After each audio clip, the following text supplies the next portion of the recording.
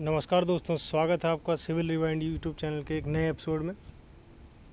इस एपिसोड में हम पढ़ेंगे इफ़ेक्टिव स्ट्रेस। इफ़ेक्टिव स्ट्रेस हम पढ़ेंगे, उसके डिफरेंट फार्मूलेज देखेंगे और डिफरेंट जगहों पे जहाँ पे कुछ इंपॉर्टेंट क्वेश्चंस बनते हैं हम उसको डिस्कस करेंगे कि कौन कौन से क्वेश्चन बन सकते हैं और क्या आपको कितना पढ़ना आपको सफिशिएंट रहेगा ऑब्जेक्टिव के लिहाज से। तो पहले हम देखते हैं कि इफ़ेक्टिव स्ट्रेस से पहले हम देखते हैं टोटल स्ट्रेस क्या होता है। तो टोटल स्ट्रेस क्या होता है, कोई भी सॉइल मास यदि है तो उस पर क्या हो रहा होगा। किसी सॉइल मास का हम एक सेक्शन लेते हैं तो उसके ऊपर लोडिंग आ रही होगी, उसके ऊपर जो ओवरबर्डन प्रेशर होगा या उसके ऊपर और कोई लोडिंग अप्लाई है, एक्सटर्नल लोडिंग अप्लाई है, वो लोडिंग आ रहा होगा और उसके यदि हम डिवाइड कर दें उसको क्रॉस सेक्शन एरिया से उस सेक्शन के, तो क्या आ जाएगा आपका एक स्ट्रेस वैल्यू आएगी। वो स्ट्रेस वैल्यू ही आपका होता है टोटल स्ट्रेस। यानी टोटल स्ट्रेस होता है किसी एक सेक्शन पे टोटल स्ट्रेस होता है, किसी एक सेक्शन पे टोटल स्ट्रेस जो आपका होगा वो होगा self weight of soil above that section. उस सेक्शन के ऊपर जितना सेल्फ वेट ऑफ सॉइल है उसमें सेल्फ वेट ऑफ सॉइल, और यदि कोई सरचार्ज लग रहा है तो सरचार्ज को आप अलग से ऐड कर सकते हैं, या लोडिंग कोई ऐसे लग रही है तो वो लोडिंग हो गई। अब सेल्फ वेट ऑफ सॉइल में आपका सॉइल और वाटर दोनों का ही लोड आएगा, यानी आपको बल्क यूनिट वेट कंसिडर करना है लगाते समय, और अपॉन आप एरिया ऑफ क्रॉस सेक्शन से डिवाइड कर दीजिए तो आपका आ जाएगा टोटल स्ट्रेस। और यदि सरचार्ज आपका पहले से किलो न्यूटन पर मीटर स्क्वायर के फॉर्म में दिया है तो आप उसको एरिया से डिवाइड करने की ज़रूरत नहीं है। यदि आपको किलो न्यूटन में दिया है कोई वैल्यू तो फिर एरिया से उसको भी डिवाइड करना होगा। तो ये हो गया टोटल स्ट्रेस। यानी टोटल स्ट्रेस होगा किसी सेक्शन पे self weight of soil above that section upon area of cross section plus surcharge if any surcharge is present. अब टोटल स्ट्रेस को हम दो पार्ट में बांट सकते हैं।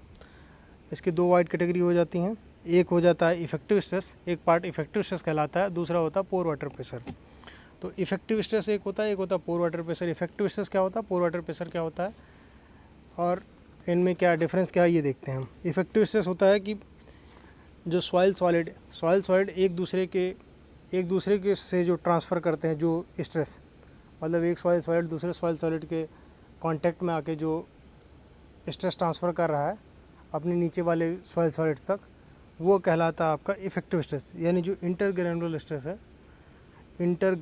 स्ट्रेस जो आपका है वो कहलाएगा आपका इफ़ेक्टिव स्ट्रेस कहलाएगा। अब इफ़ेक्टिव स्ट्रेस को मेजर करने का कोई क्या कहते हैं, कोई हमारा ऐसे फिजिकली हम मेजर ऐसे नहीं कर सकते। मतलब ऐसे कि आप पिपेट, जैसे आपको पोर वाटर प्रेशर मेजर करने के लिए आप क्या करेंगे, पीजोमीटर लगा के आप देख सकते हैं कि जितना हेड आया आपका पीजोमीटर पे, जितना हेड आया इंटू उसको गामा डब्ल्यू से मल्टीप्लाई कर दीजिए, आपका उस सेक्शन पे आपका पोर वाटर प्रेशर आ जाता है। लेकिन इफ़ेक्टिव स्ट्रेस को मेजर करने के लिए कोई आपका फिजिकली कोई आपका वो टेस्ट या कोई ऐसा पैरामीटर नहीं जिससे हम निकाल सकें फिजिकली। तो हम करते क्या हैं कि हम पोर वाटर प्रेशर मेजर करते हैं और टोटल स्ट्रेस मेजर करते हैं, और टोटल स्ट्रेस में से पोर वाटर प्रेशर को हम जब माइनस कर देते हैं तो आ जाता है वो बचा वैल्यू आपका इफ़ेक्टिव स्ट्रेस आ जाता है।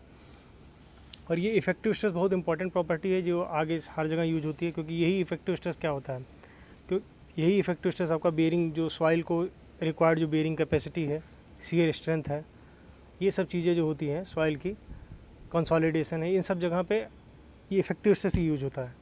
क्योंकि यही जो स्ट्रेस है जो इफ़ेक्टिव होता है तुम्हारा सॉइल की डिफरेंट लेयर्स में। क्योंकि पोर वाटर प्रेशर जो होता है, पोर वाटर प्रेशर वो प्रेशर जो वाटर टू वाटर लग रहा है। तो वाटर टू वाटर में क्या होता है कि वाटर मॉलिक्यूल्स पे जो प्रेशर लगता है, किसी एक पॉइंट पे वाटर पे प्रेशर लग रहा है, तो क्या होता है, एक पास्कल लॉ के हिसाब से क्या होता है कि उस पॉइंट पे सारी डायरेक्शन से सेम प्रेशर लग रहा होगा। सारी डायरेक्शन से सेम प्रेशर लग रहा होगा तो क्या होगा, वो कैंसिल आउट हो जाएगा प्रेशर। तो क्या मतलब होगा, वो न्यूट्रल प्रेशर की तरह न्यूट्रल की तरह एक्ट कर रहा है, वो किसी पे कोई नेट इफेक्ट नहीं दे रहा है, यानी न्यूट्रल प्रेशर की तरह एक्ट कर रहा है। तो इसलिए हम जो इफ़ेक्टिव है आपका स्ट्रेस, जो इफ़ेक्टिव है सॉइल लेयर्स में, वो क्या है, जो आपका सॉइल को स्ट्रेंथ दे रहा है या सॉइल को आपका शियर स्ट्रेंथ दे रहा है, बेरिंग कैपेसिटी दे रहा है या कंसोलिडेशन करवा रहा है, वो है आपका इफ़ेक्टिव स्ट्रेस। इसलिए ये प्रॉपर्टी इफ़ेक्टिव स्ट्रेस जो है आपका बहुत इंपॉर्टेंट बन जाती है। तो न्यूट्रल, अब पोर वाटर प्रेशर को हम न्यूट्रल प्रेशर कहते हैं। तब पोर वाटर प्रेशर निकाल कैसे सकते हैं, पोर वाटर प्रेशर क्या होता है, किसी सेक्शन पे आपको पोर वाटर प्रेशर निकालना है तो आप उस सेक्शन पे क्या करिए, पीजोमीटर लगाइए। पीजोमीटर पे जो जितना आपका हेड बनेगा, वाटर हेड, तो जितना हेड बनेगा, प्रेशर हेड जो बनेगा, इनटू उसको गामा डब्ल्यू से मल्टीप्लाई कर दीजिए, यानी यूनिट वेट ऑफ वाटर से मल्टीप्लाई कर दीजिए, तो आपका आ जाएगा पोर वाटर प्रेशर। टोटल स्ट्रेस आपको निकालना पता ही था, तो टोटल स्ट्रेस माइनस पोर वाटर प्रेशर आपको आ जाएगा इफेक्टिव स्ट्रेस सिग्मा बार। तो आपको इफेक्टिव स्ट्रेस निकालना आ गया और टोटल स्ट्रेस आ गया, पोर वाटर प्रेशर आ गया। और सारी जगह पे यही होना है, बेसिक कॉन्सेप्ट यही है। बाकी आपको, क्योंकि यहाँ पे ऑब्जेक्टिव क्वेश्चन में ऐसा कोई लंबा सा ये तो देगा नहीं कि बड़ा सा क्वेश्चन दे दिया कि भाई यहाँ पे इफेक्टिव स्ट्रेस निकालो या पोर वाटर प्रेशर निकालो। छोटा सा कोई थ्योरी टाइप का क्वेश्चन पूछेगा, वो चीज़ देखते हैं। और बाकी एक चीज़ ये हमने बताई दिया कि कंसोलिडेशन शियर स्ट्रेंथ और बेयरिंग कैपेसिटी ये डिपेंड करता है इफेक्टिव स्ट्रेस पे। अब कुछ केसेस हैं जिसके रिगार्डिंग हम स्टडी करते हैं कि किन किन केसेस में क्या क्या कुछ स्पेशल चीज़ें आती हैं। जैसे कि सबमर्ज सॉइल मास होता है, मतलब सबमर्ज सॉइल मास मतलब वाटर टेबल क्या है, सॉइल के ग्राउंड लेवल से ऊपर है। तो इसमें क्या एक स्पेशल चीज़ है कि वो ग्राउंड लेवल के ऊपर जो वाटर टेबल है उसमें जब चेंज आएगा, उस ग्राउंड लेवल से ऊपर ग्राउंड वाटर टेबल है और यदि उसमें कोई चेंज आ रहा है, फ्लक्चुएशंस आ रहे हैं, तो उसका वेरिएशन जो है इफेक्टिव स्ट्रेस पे कोई फ़र्क नहीं डालता। इफेक्टिव स्ट्रेस पे क्यों फ़र्क नहीं डालता है? क्योंकि क्या होगा, जिस तरह से जितना वेरिएट करेगा वो जितना वेरिएट करेगा, जैसे मान लो टोटल स्ट्रेस अभी था, टोटल स्ट्रेस जो रहा होगा, यदि टोटल स्ट्रेस भी कम हुआ, मान लीजिए वो घट गया, ग्राउंड वाटर टेबल जो है वो आपका घट गया, लेकिन अभी भी ग्राउंड लेवल के ऊपर ही है, घट गया तो क्या होगा, टोटल स्ट्रेस भी घट गया होगा। तो टोटल स्ट्रेस घट गया तो पोर वाटर प्रेशर भी तो उसी अमाउंट से घट गया होगा। तो क्या होगा, नेट इफेक्ट आपका इफेक्टिव स्ट्रेस पे कुछ आएगा नहीं। आप उसको निकाल के भी देख सकते हैं। तो ये सबमर्ज सॉइल मास का ये हो गया कि भाई जब ग्राउंड वाटर टेबल आपका ग्राउंड लेवल से ऊपर है तो उसका वेरिएशन ग्राउंड वाटर टेबल में वो अफेक्ट नहीं करेगा इफेक्टिव स्ट्रेस को। एक पॉइंट ये हो गया, ये पूछा जाता है। अब एक होता है जब ग्राउंड वाटर टेबल आपका ग्राउंड लेवल से नीचे हो, ग्राउंड लेवल से ग्राउंड वाटर टेबल नीचे हो, तब उसका फ्लक्चुएशन क्या फ़र्क डालेगा। तो उस समय जब फ्लक्चुएशन होगा तो क्या होगा, यदि ग्राउंड वाटर टेबल राइज कर रहा है तो क्या होगा, और वाटर टेबल जैसे राइज करता है तो क्या होगा, उसको सैचुरेट कर देता है, सैचुरेट कर देगा उसको। यदि राइज हो रहा है तो अब जो पहले जो सॉइल आपका ड्राई था, तो आपको ये तो पता ही होगा कि ड्राई सॉइल का जो गामा डी होगा, क्योंकि वहाँ पे इफेक्टिव स्ट्रेस क्या यूज होगा, इफेक्टिव स्ट्रेस के टाइम पे, बल्क के टाइम पे क्या यूज होगा, वो गामा डी यूज हो रहा होगा। यदि ड्राई है तो उस समय तो गामा डी यूज हो रहा होगा। और अभी जब आपका ये वाटर टेबल जब राइज हो गया, वो सैचुरेट हो गया, सैचुरेट के साइड में क्या यूज होगा, टोटल स्ट्रेस में गामा सैचुरेटेड यूज हो रहा होगा।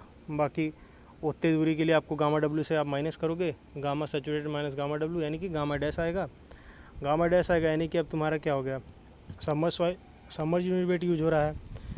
तो गामा डी जो होता है वो submerge unit weight gamma dash से ज़्यादा होता है, तो यानी कि क्या हो गया, तुम्हारा इफेक्टिव स्ट्रेस कम हो गया। अब इफेक्टिव स्ट्रेस में एक ये होता है, तरीका होता है, एग्जैक्ट तरीका होता है। तरीका क्या होता है कि तुम्हारा सॉइल ड्राई है, मतलब किसी सेक्शन पे निकाल लो, उसके ऊपर पूरा सॉइल ड्राई है, तो जो टोटल स्ट्रेस है वही तुम्हारा उतना ही बराबर इफेक्टिव स्ट्रेस आ जाता है, क्योंकि पोर वाटर प्रेशर 0 होगा। और ये तुम्हारा नीचे तुम ऐसे जगह पे निकाल रहे हो उतने पॉइंट के लिए जितने पॉइंट पे तुम्हारा वाटर है, तो वहाँ पे तुम जितने दूर तक ड्राई है उसके लिए तो आपको बल्क वाला आप यूज कर लो, और जितने पे आपका वाटर आ रहा है उसके लिए आप सबमर्ज यूनिट वेट यूज करो, तो आपको डायरेक्ट इफेक्टिव स्ट्रेस ही आ जाएगा। अब इसको बहुत ज़्यादा करने की ज़रूरत नहीं है, क्योंकि क्या है कि यहाँ पे ऑब्जेक्टिव में पूछेगा नहीं। पूछता क्या है, ये पूछता है कि वाटर टेबल राइज करता है तो क्या होता है, इफेक्टिव स्ट्रेस बढ़ता है कि घटता है, और कितने अमाउंट से बढ़ता घटता है, वो चीज़ हमें देखना है। तो वाटर टेबल जब राइज होता है तो इफेक्टिव स्ट्रेस क्या होता है, घटता है, और वाटर टेबल जब डाउन होता है तो इफेक्टिव स्ट्रेस बढ़ता है। अब कैसे है, इसका एक सिंपल ट्रिक है कि जैसे चेंज इन इफेक्टिव स्ट्रेस पूछेगा, change in effective stress delta sigma bar पूछेगा, तो आपको क्या करना है, चेंज, यानी कि जो फाइनल में जो आपका वो हुआ है, फाइनल में जो आपका यूनिट वेट जो फाइनल में बना है, मतलब जिस सिचुएशन के हिसाब से जो फाइनल में यूनिट वेट बना है, उसको माइनस करिए जो प्रीवियस यूनिट वेट था, प्रीवियस यूनिट वेट से माइनस करिए इनटू कितना राइज या फॉल हुआ है, बस आपको आ जाएगा कि चेंज कितना आया है। जैसे यदि वाटर आ गया, जैसे आपका राइज हो रहा है तो वाटर आ गया वहाँ पे, मान लीजिए एच डिस्टेंस से राइज हुआ, तो क्या होगा, वो सैचुरेट हो गया। तो अब क्या होगा, वाटर टेबल जब आपको इफेक्टिव स्ट्रेस का फार्मूला लिखेंगे तो आपके क्या आएगा, यूनिट वेट में आपका आएगा submerge unit weight gamma dash आएगा। और पहले क्या था, पहले सिचुएशन में वो बल्क कंडीशन में तो गामा भी रहेगा। तो आपको क्या करना है, फाइनल हुआ गामा डैश माइनस इनिशियल क्या था, गामा बी था, गामा बल्क था, इनटू कितना राइज या फॉल हुआ, एच से राइज या फॉल हुआ। तो delta sigma dash equal to क्या हो गया, gamma dash minus gamma B into H. अब आपको वही फॉलिंग में भी वही लगाना है। फॉलिंग में क्या लगाना है, अब फॉलिंग में दो चीज़ें होती है, एक शॉर्ट टर्म होता है, लॉन्ग टर्म होता है। शॉर्ट टर्म में क्या होता है कि आप जैसे मतलब क्या कहते हैं, वाटर आपने निकाला यानी वाटर टेबल फॉल हुआ, आपने पंप से वाटर को आपने पंप कर दिया तो क्या होगा, वाटर टेबल फॉल होगा। लेकिन अब जब शॉर्ट टर्म रहेगा, मतलब कि आप कम टाइम देंगे उसको, तो कम टाइम में क्या होगा कि अभी सॉइल सैचुरेटेड ही रहेगा, अभी सॉइल सैचुरेटेड रहेगा, अभी तुरंत वो बल्क कंडीशन में नहीं चला जाएगा। लेकिन जब आप उसको लॉन्ग टर्म दे देंगे, लॉन्ग टर्म में वो सॉइल फिर अपने बल्क स्टेट में आ जाएगा। तो वही है, शॉर्ट टर्म में फिर क्या यूज होगा, शॉर्ट टर्म में क्या यूज होगा, सिग्मा डैश। तो delta sigma dash equal to delta sigma bar equal to क्या हो जाएगा, फाइनल आपका हुआ क्या, गामा सैचुरेटेड माइनस इनिशियल क्या था, gamma dash into H. Long term में यही चीज़ क्या हो जाएगा, delta sigma bar equal to gamma B minus gamma dash into H. ये दो चीज़ें हो गई, ये पूछी जाती हैं। अब आ जाओ आप तीसरे केस पे। तीसरे केस में ये होता है कि यदि आपका लग रहा हो वाटर टेबल आपका ग्राउंड लेवल से नीचे है और आपका सरचार्ज लग रहा है कोई, तो सरचार्ज लग रहा है तो सरचार्ज सिंपल क्या करता है, सरचार्ज हेल्प करता है इफेक्टिव स्ट्रेस को बढ़ाने में। क्योंकि जो सरचार्ज जितना आ रहा होगा वो क्या कर रहा होगा, टोटल स्ट्रेस बढ़ा रहा होगा, और इफेक्टिव स्ट्रेस वो पोर वाटर प्रेशर तो जितना रहा होगा उतना ही रहा होगा, उसमें कोई चेंज आएगा नहीं। तो क्या होगा तुम्हारा इनफैक्ट क्या होगा, तुम्हारा अल्टीमेटली तुम्हारा इफेक्टिव स्ट्रेस ही बढ़ रहा होगा। तो ये चीज़ हमने देख लिया, सिंपल था। और उसके बाद अब आते हैं कैपिलरिटी वाले चीज़ पे। तो कैपिलरिटी क्या करता है, यदि किसी पे कैपिलरी सैचुरेशन हो, मतलब ground water table ground level से नीचे है और उसके ऊपर फिर कैपिलरीज क्या होगा, कैपिलरीज ने कुछ ऊपर तक, मान लीजिए 80 डेप्थ तक उन्होंने क्या कर दिया, सैचुरेट कर दिया वाटर को, वो सॉइल को सैचुरेट कर दिया कैपिलरी फ्रिंजेज ने। तो ये जो कैपिलरी फ्रिंजेज होता है एक तरह से एक्ट इस तरह से करते हैं, एक तरह से सरचार्ज की तरह ही एक्ट करते हैं। क्योंकि ये क्या होते हैं, निगेटिव पोर वाटर प्रेशर लगाते हैं, निगेटिव पोर वाटर प्रेशर लगाते हैं। और इनका जो ये होता है अमाउंट, ये एक तरह से एस गामा डब्ल्यू के सरचार्ज के इक्वल इनका इफेक्ट होता है। तो आप देखेंगे टॉप पे, तो टॉप पे क्या आपको करना क्या है ना, आपको जैसे निकालना है कि इस पे पोर वाटर प्रेशर क्या होगा, निगेटिव पोर वाटर प्रेशर होता है, आपको निकालना किसी सेक्शन पे, तो किसी सेक्शन पे निकालना, तो उसको आप वहीं से पकड़ लो और देखो नीचे कितना लटका हुआ है, कितना पोर्शन उसके नीचे लटका हुआ है, वो पोर्शन उसका एच हो जाएगा, इंटू गामा डब्ल्यू से मल्टीप्लाई कर दो, माइनस में लिख दो, वो तुम्हारा आ जाएगा कि उस समय तुम्हारा नेगेटिव पोर वाटर प्रेशर कितना है। जैसे आप थोड़ा नीचे जाइए, मान लीजिए आप ऊपर वाली लेवल से, सबसे टॉप लेवल से 1 मीटर नीचे गए, और तो क्या हो जाएगा तुम्हारा 1 मीटर नीचे गए और टोटल तुम्हारे कैपिलरी फ्रिंजेज जो थी 80 डेप्थ तक थी। तो उस 1 मीटर वाली लेवल पे हमने निकालना होगा कि नेगेटिव पोर वाटर प्रेशर कितना है। तो क्या होगा उस समय होगा, उसके नीचे कितना है, HC-1 डिस्टेंस है, HC-1 इंटू गामा डब्ल्यू हो जाएगा, माइनस में कर दीजिए, आ जाएगा आपका नेगेटिव पोर वाटर प्रेशर कितना है। अब आ जाते हैं हम पाँचवें केस पे। पाँचवें केस में होता है जब तुम्हारा वाटर टेबल आपका ग्राउंड लेवल पे है और फिर सरचार्ज अप्लाई हुआ। अब सरचार्ज अप्लाई जब होगा तो तुम्हारा क्या होगा, अब दो कंडीशन हो सकती है, या तो आप ग्रेजुअली अप्लाई करो या तो फिर आप सडनली अप्लाई करो। तो आप जब ग्रेजुअली अप्लाई करते हो तो क्या होता है, ग्रेजुअली जब आप अप्लाई करते हो तो क्या होता है कि वो वाटर धीरे धीरे डिप्लीट होता है और सॉइल सॉलिड आपका वो जो होता है लोड कैरी कर लेता है, सरचार्ज को लोड सॉइल सॉलिड कैरी कर लेता है, इसलिए कोई access pore water pressure develop नहीं होता है। लेकिन जब आप सडनली अप्लाई कर दोगे, सरचार्ज को सडनली अप्लाई करोगे तो आपका क्या होगा, excess pore water pressure buildup हो जाएगा। और एक्सेस पोर वाटर प्रेशर जब बिल्डअप होगा तो उस पर क्या होगा, फिर वो टाइम लेगा, मतलब कि जब टाइम के साथ क्या होगा तो वाटर धीरे धीरे डिप्लीट होगा और फिर धीरे धीरे सॉइल सॉलिड उसका लोड लेना स्टार्ट करेगा। जैसे टर्जेकी बंडी कंसल्टेशन थ्योरी में था वैसे यहाँ भी है, और इफेक्टिव स्ट्रेस फिर बढ़ना स्टार्ट होगा, मतलब यहाँ टाइम डिपेंडेंट रहेगा। ये हो गया। अब उसके बाद हो गया पार्सली सैचुरेटेड सॉइल का केस, जो कि पूछा नहीं जाता। बाकी इसमें ये पूछा जाता किसने दिया था, लाम्बेज ने दिया था, sigma bar equal to sigma minus UA plus X, UA minus UW, X equal होता है AW by A. In this condition क्या होता है, pore pressure is neglected in calculation. तो आपका क्या होगा, एक चैप्टर जो हो गया, एक छोटा सा चैप्टर था इफेक्टिव स्ट्रेस, वो कंप्लीट हो गया, इफेक्टिव स्ट्रेस आपका कंप्लीट हो गया। अब जो ऑब्जेक्टिव के लिहाज से आपका ये मोर देन सफिशिएंट है, क्योंकि ऑब्जेक्टिव में आपको क्या करेगा, ये बहुत ज़्यादा क्या कहते हैं वो ऐसा न्यूमेरिकल क्वेश्चंस नहीं पूछेंगे, वैसे भी इससे क्वेश्चन आते भी कम है, और यदि पूछेंगे भी तो आप एक आध न्यूमेरिकल क्या करिए, एक आध न्यूमेरिकल लगा लीजिए आप और प्रैक्टिस कर लीजिए क्वेश्चंस का, बस। बाकी और कुछ नहीं है, इसका थ्योरी में इतना ही था। और उसके बाद कल मिलेंगे नेक्स्ट लेक्चर में, तब तक के लिए धन्यवाद। आप लाइक कमेंट शेयर सब्सक्राइब सब कर दीजिए और अपने कॉलेज ग्रुप स्टडी ग्रुप वगैरह में शेयर कीजिए आप वीडियो को, ज़्यादा लोगों को जोड़िए। ठीक है, धन्यवाद। फिर मिलेंगे नेक्स्ट लेक्चर में एक नए टॉपिक के साथ। धन्यवाद।